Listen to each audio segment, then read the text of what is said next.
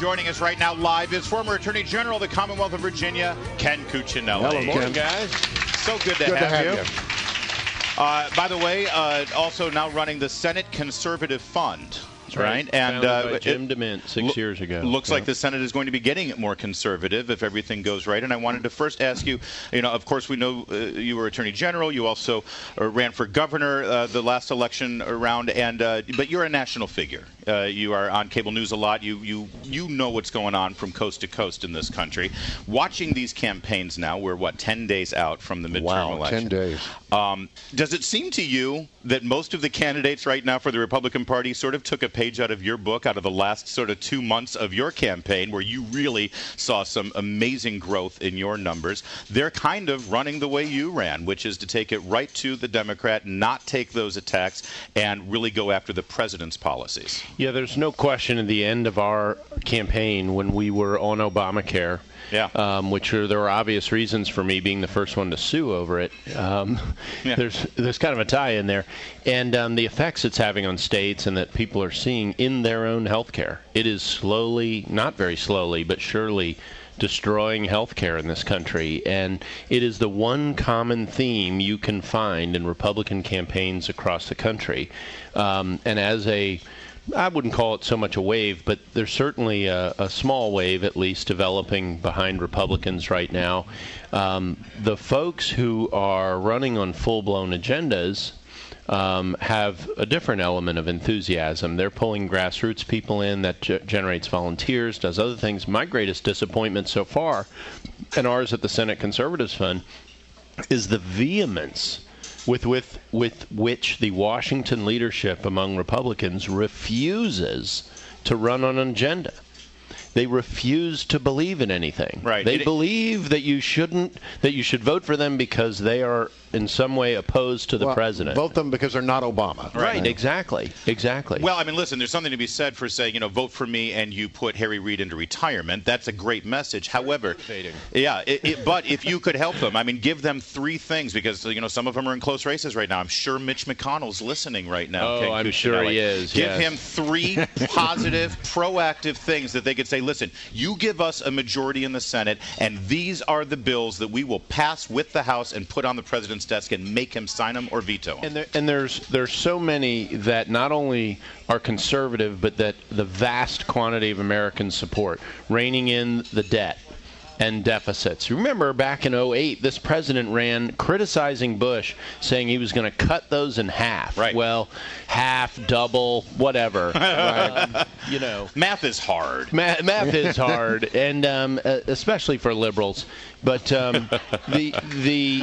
the fact that the government is trumpeting their lowest deficit of his presidency, $483 billion, is recent news, and that's where they've gotten to. Well, as if it's an achievement to overspend so much in the first few years and then bring it back. And so there's literally holding the line and then shrinking, and a commitment to shrinking actual spending, not cutting growth, actual spending.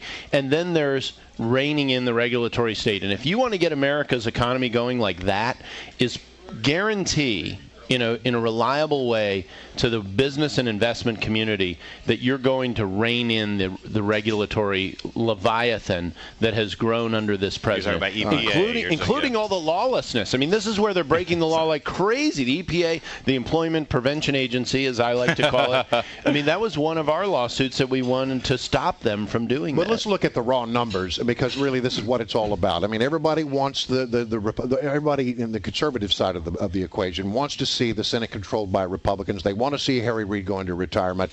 There is, as you say, a small wave building, and many people say, well, it looks like they're going to do. As you look at the math around the country, do you think that Republicans are going to take the Senate? Yes, they are. And by what? And by more than one seat. Really? So it would be more than 51? Yes. 52, 53? I'd say I think 53 is, if you wanted to pick a number, is probably a pretty good target number for where we're going to end up. Do you see in some of these races, we see it in the Maryland gubernatorial race, and we talked about this earlier, and we see it in other races around the country, some of the Senate races, where the Democrats have started to use the race card, basically.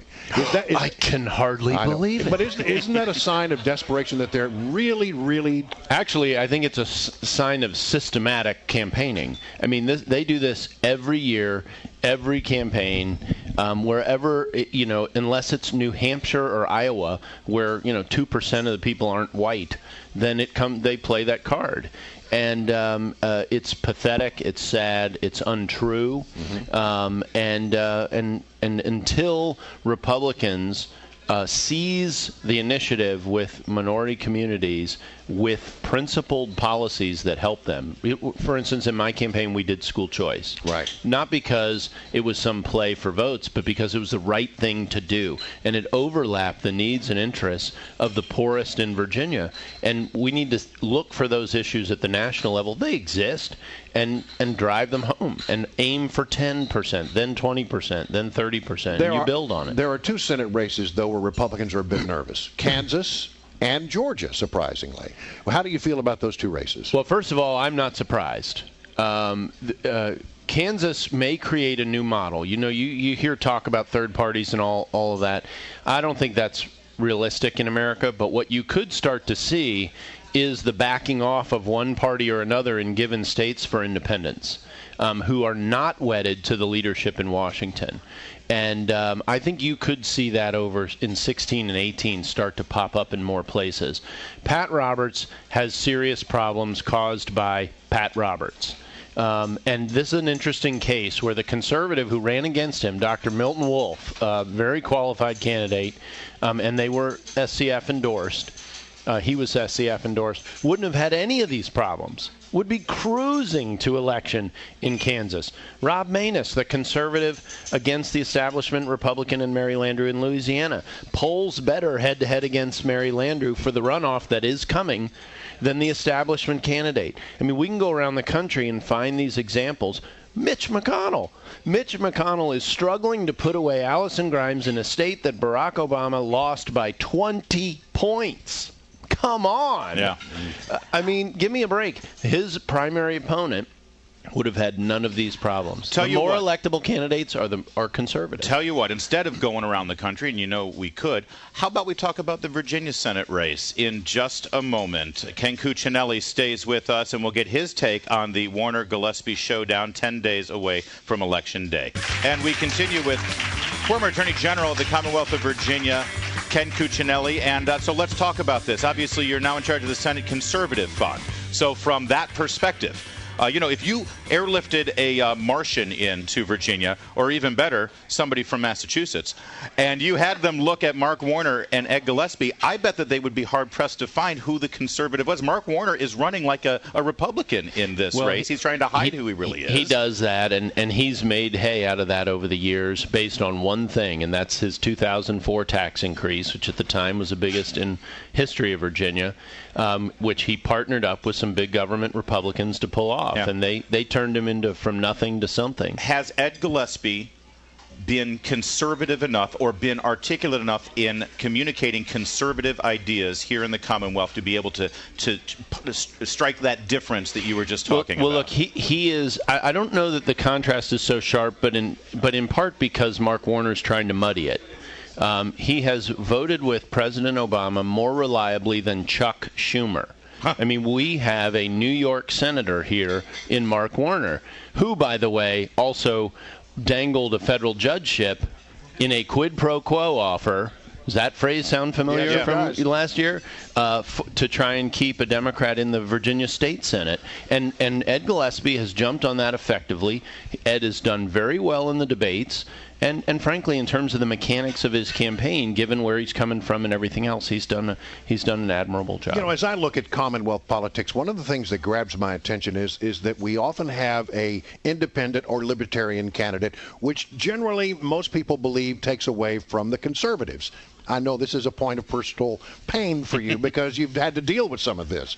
What is going on with that? I mean, I saw a poll the other day that said that young people are really, really drawn to the Libertarian candidate in this current Senate race.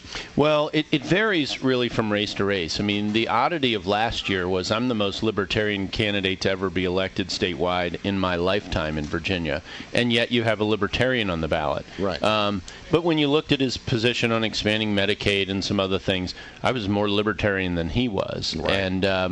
And what it is, it's more of a marketing thing. And here he is again this year in a totally different type of race. It doesn't suggest any sincerity to me. I would note for you that last year, and I don't know what will happen this year, but last year we won the vote under 25 by 6 points. Wow. While losing the governor's race. I mean, go find a Republican that's done that. Now, you can say that's good and you can say that's bad. How do you lose the race when you're doing that? But we were very pro-freedom. And the younger the voter, the more idealistic. And we actually sought to exploit that. And I mean that in a positive sense, to advertise to that, to pitch to it. And everybody also talks about the changing demographics in the state. How is that difficult for Republicans? Look, I was talking to a couple of guys over while eating breakfast here, and I don't put as much stock in that as a lot of other people do. You go back 15 years, and on a very, very bipartisan basis, Republicans and then Democrats have grown this federal government at an outrageous rate. And we have imported people from Massachusetts and California and New York to run it. That's where the growth in our community has come from. It is from government growth. It's awfully hard to run as a limited government candidate in a community that turns out to vote more than any other part of the state that is decidedly not for limited government. Their lives circle around growing government. That's former Attorney General Ken Cuccinelli. He's going to stick with us here because in a moment I want to ask him about our current Attorney General and take a look at some of the decisions he's made compared to how I'm sure you have some thoughts. Mr. Cuccinelli would have done it. You just heard him under his breath. So sad. All puppy and no plans. That's what Terry McAuliffe called you during a debate. Do you even need to figure out what that means? That was the other way around. The other way around. Oh, you said. Oh, I'm so sorry. That was your line against McAuliffe. Because he wouldn't tell you anything he was going to do. Oh, that's right. All puppy and no plans. Except try to expand Medicaid. Actually, he tried to hide that too, but you know it became public. Which, of course, now he can't do legally. Right. Well, you think that there's still an option there for him? Details. Yeah. You also had this to say about our current governor here in Virginia. Terry McAuliffe doesn't know how Virginia government works. Well, how's his first year looking? Well, he was kind of AWOL in the first session to the extent that he could avoid being. And you're already seeing one other thing I said during the race, and that was the quid pro quo. We already talked about Mark Warner's. Yeah. I mean, that came right out of his administration. It's very interesting. We're in the Eastern District of Virginia, federal district. The Western District of Virginia U.S. Attorney is very politically interested. He's the son-in-law of Shinseki, and I'm sure was very enthusiastic to dive into the quid pro quo investigation until he came across the chief of staff of the governor. That's right. And all of a sudden, no interest whatsoever. How about that? Maybe it's something that the Attorney General should take up. Brian and I have been talking since January about how Mark Herring has really just sort of taken this Constitution under his own wing. He tends to make decisions that aren't based in the Constitution. Oh, correct. Very much so. And this is a guy who made a point of running on, I'm not going to politicize the office. I mean, it took him days to do that. Hours almost. Just about. Well, in fact, he was lying at the time. I mean, no one seriously believes that after the election was over, he then, and remember, that election didn't end until almost Christmas because of the recount. So in the 2-week interval that he sat down and thoughtfully pondered the constitutional questions surrounding Virginia's marriage amendment, which he voted for when he was in the state Senate. Yeah, and then he decided what he voted for was unconstitutional. Right. Well, he's running for governor. Yeah. He's not being Attorney General. Anyone else you know running for governor there, Ken Cuccinelli? Well, presumably Ralph Northam. Anyone else? But not anybody I know of. Anybody we comes know? To mind not anybody I know of, no. Yeah? No, I'll check around, though. Okay. Well, but if you hear of anybody, you would come tell us first. Absolutely. Is there any support for Ken Cuccinelli to run for... Careful. Thanks for joining us, sir. Be careful. My wife will come through that door. but equally seriously, Mark Herring issued an opinion last month in which he you're all familiar with the horrors of child abuse and so forth. In his opinion, he said that when 13 and 14-year-old girls show up pregnant, if there isn't evidence that that occurred at the hands of their father, that mandatory reporters like teachers, nurses, doctors don't have to report it. Yeah. He literally threw them to the wolves for child abuse purposes. Well, and this is something Democrats fixed back in 1990. Yeah.